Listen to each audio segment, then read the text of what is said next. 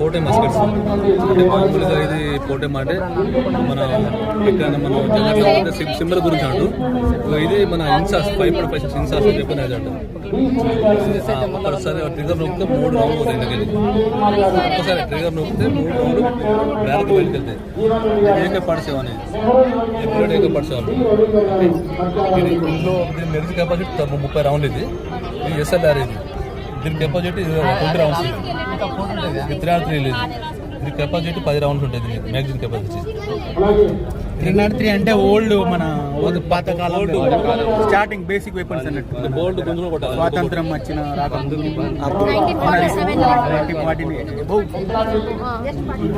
ఇదేమో 410 కూడా ఇంకా అప్పటి నుంచి అంతకంటే ముందు 18 చేంజ్.